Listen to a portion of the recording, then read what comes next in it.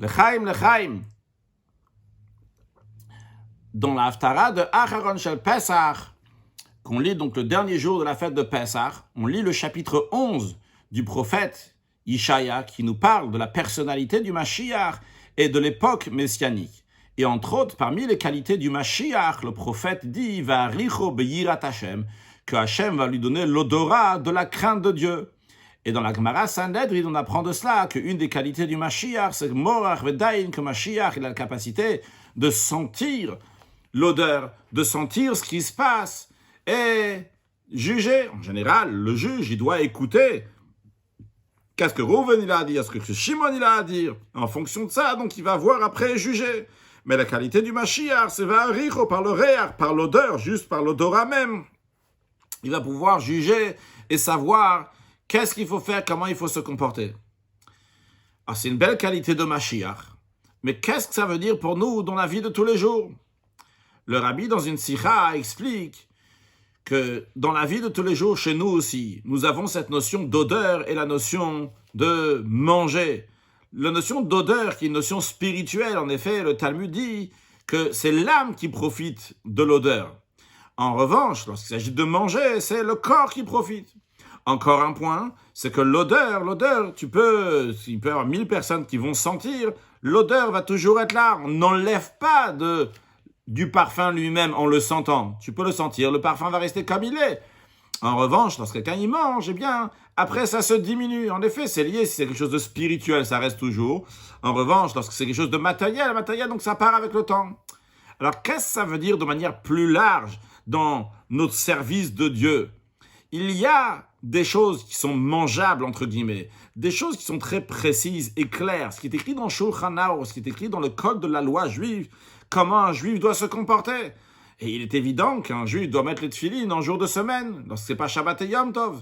Il est évident qu'un juif doit manger kasher. Il est évident qu'un couple doit garder la pureté familiale. Il est évident qu'il faut poser une mezouza sur les portes de sa maison.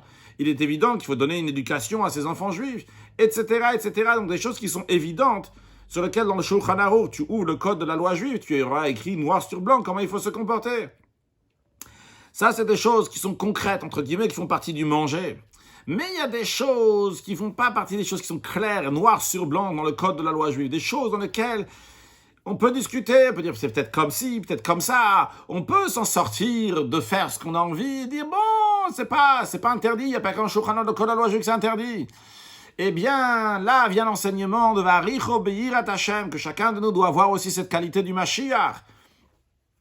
En effet, comme le rabbi explique dans plusieurs sikhot, que le verset « Venach alav ruach Hashem », que l'Esprit de Dieu va se poser sur lui, sur le Mashiach, c'est un verset qu'on demande à Dieu dans la prière de Yom Tov. Alors qu'on ouvre le Sefer Torah, on dit « Ribono shel olam », on demande à Kadosh Baruch Hu « Male mishalot libi letova », qu'Akadosh Baruch Hu va exaucer tous nos vœux. Et entre autres, là-bas, on dit que s'accomplisse sur nous, ce qu'Hachem accomplisse ce verset, Venach alav ruach Hashem, alors que nous ne sommes pas Mashiach. Parce que dans chacun de nous, en effet, on a l'étincelle de Mashiach. Donc nous aussi, on a cette notion-là de Va'aricho beyirat Hashem, de ressentir par la crainte de Dieu. Mais de quel sujet s'agit-il? Évidemment, non pas juger, que ça c'est une exception pour le Mashiach. D'ailleurs, les commentaires eux-mêmes expliquent comment c'est possible. Ils font discuter comment c'est possible que Mashiach va juger alors qu'il n'a pas entendu les témoins et les personnes, les litiges de l'un et de l'autre. Mais ça, c'est une autre affaire. Le rabbi d'ailleurs discute aussi dans la sikha. Mais qu'est-ce que ça veut dire pour nous dans la vie de tous les jours? Il y a des choses qui ne sont pas écrites noir sur blanc. Et à toi, à moi, à chacun de nous, de réfléchir, qu'est-ce que ça sent? La richo, avec l'odeur. Est-ce que ça sent la yirat Hashem ou pas? Si ça sent la crainte de Dieu, alors fais-le. Si ça sent pas la crainte de Dieu, eh bien tu dois t'en éloigner. Et c'est ça le message de Va'aricho beyirat Hashem, de sentir la crainte de Dieu. Sentir, est-ce que c'est lié avec la crainte de Dieu? C'est pas écrit noir sur blanc dans Shulchan Aruch. À toi de sentir. Ça, c'est le sikha du rabbi de manière générale. Pour nous, dans la vie de tous les jours, qu'est-ce que cela veut dire? Nous avons une mission. Notre mission, elle est de se préparer, de préparer notre famille, de préparer la vie, le kabel, Mashiach, tzidkenu, pour pouvoir accueillir Mashiach comme il se doit. Mashiach, il arrive quoi qu'il arrive, quel que soit que nous on soit prêt ou on soit pas prêt, Mashiach va arriver. La question elle est, comment on va aller accueillir Mashiach? Est-ce qu'on va accueillir Mashiach en pyjama? Est-ce qu'on va accueillir Mashiach en costume? Est-ce qu'on va Mashiach comme ci ou comme ça? Évidemment, non pas sur le plan physique, je parle, mais sur le plan spirituel. Comment on va l'accueillir? Quelle tête on va avoir quand on va accueillir Mashiach? Avec combien de mitzvot? Avec combien de Torah? Avec combien de bonnes midot, de bons caractères? Qu'est-ce qu'on a travaillé sur nous-mêmes? Comment on va accueillir Mashiach? Et notre mission, elle est d'accueillir Mashiach. Un juif, un chassid, il doit savoir qu'il y a des choses qui sont le Shulchan Aruch, qui sont dans le code de la loi juive. Et je ne parle pas ici dans le code de la loi juive dans le sens littéral du terme. Mais code de la loi juive, le code d'un chassid. Il y a des lettres du rabbi, il y a des sichot du rabbi.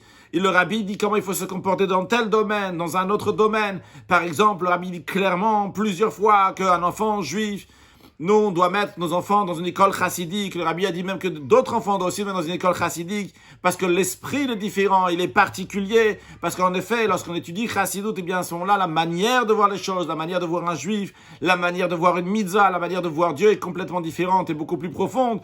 Et dans d'autres écoles qui ne veulent pas adopter, donc prendre la chassidut, c'est-à-dire qu'ils ne sont pas d'accord de prendre ça, c'est-à-dire qu'il manque quelque chose. Entre parenthèses, je rajoute personnellement, évidemment, qu'il vaut mieux proposer à quelqu'un dans une école juive que dans une école goy, qui est non juive. Pour un juif, évidemment. Mais il faut, le rabbi dit qu'un chassid doit mettre ses enfants dans une école chassidique Chabad, même quand il y a des réponses, que ça doit être comme ci, que ça doit être comme ça, etc. Eh bien, quand même, l'éducation est très importante. Il faut que ce soit une éducation dans laquelle il y a de la chassidut. Ça, c'est des choses que le rabbi dit clairement. De même, le rabbi dit clairement de partager de son temps, partager avec un autre juif pour aller mettre les tefillin, partager avec un autre juif pour étudier la Torah avec lui, prendre de son temps. Pour un autre juif, quand on peut penser que d'après la Torah, je dois prendre mon temps pour moi-même, je dois occuper de ci, bien non, tu vas faire plus. Le rabbi, il insiste qu'on va donner la tzedaka, la charité, comment on va donner un chomesh, 20% de ce qu'on gagne. Comme c'est écrit en vérité, ça c'est déjà même dans Shulchan Aruch, c'est même pas quelque chose du rabbi. Mais le rabbi demande, il exige aussi qu'on va étudier la chassidut, Torah, quand la Torah, Pnimiut Torah, diffusée Pnimiut Torah, c'est des choses qui sont claires dans les sichot du rabbi. Et encore plein de choses que chacun peut retrouver dans les sichot du rabbi, comment un juif doit se comporter dans sa famille, dans l'entourage, dans la communauté, de manière générale, d'être agréable avec tout le monde, d'être, un vatran, d'être quelqu'un qui donne plus, qui va encore plus loin, travailler ses midot. Ça, c'est des choses que le rabbi dit clairement. Quand le rabbi dit clairement, ça c'est notre Shulchan Aruch, ça, il n'y a pas de quoi discuter. Mais il y a même des choses dans lesquelles le rabbi n'a pas dit clairement comment il faut se comporter. Et à nous, Sidim, de réfléchir comment le Rebbe il veut qu'on va se comporter. Est-ce que c'est la bonne chose à faire ou pas? Et on demande à Hachem de nous aider qu'on va prendre la bonne résolution, de prendre ce qu'il faut. On a notre but, c'est d'amener Mashiach. Je dois me demander à chaque fois, est-ce que ça sent Yirat Shamayim? Est-ce que cette chose-là, elle amène la venue de Mashiach ou pas? Si dire cette parole, ça va amener la venue de Mashiach, je vais la faire. Si cette parole va pas amener la venue de Mashiach, je vais pas la dire. Si cette pensée va amener la venue de Mashiach, je vais la penser. Ça va pas amener la venue de Mashiach, je vais pas la penser. Si cette action va amener la venue de Mashiach, je vais la faire. Si cette action va pas amener la venue de Mashiach, je vais pas la faire. Ça, c'est ce qui doit être clair et net devant nos yeux. Et il peut y avoir plein de très très bonnes choses. Et d'ailleurs, très souvent, le rabbi a dit à des Askané Chabad, des responsables d'occupation Chabad, que c'est très très bien. Mais ça, c'est pas notre rôle. On peut laisser d'autres personnes à faire. On doit s'occuper de faire le mieux du mieux. Essayer de trouver quelque chose que les gens ne font pas encore, et nous occuper, parce que le rabbi nous demande de faire ça, et un Mashiach, évidemment, si on doit faire les choses de base, parce que personne ne s'en occupe, on va s'occuper avec les choses de base. Mais on doit monter encore de cran, et réfléchir à chaque fois tout ce qu'on fait, que ce soit de base, ou après la base, ou de fond, etc. Est-ce que ça amène Mashiach ou pas?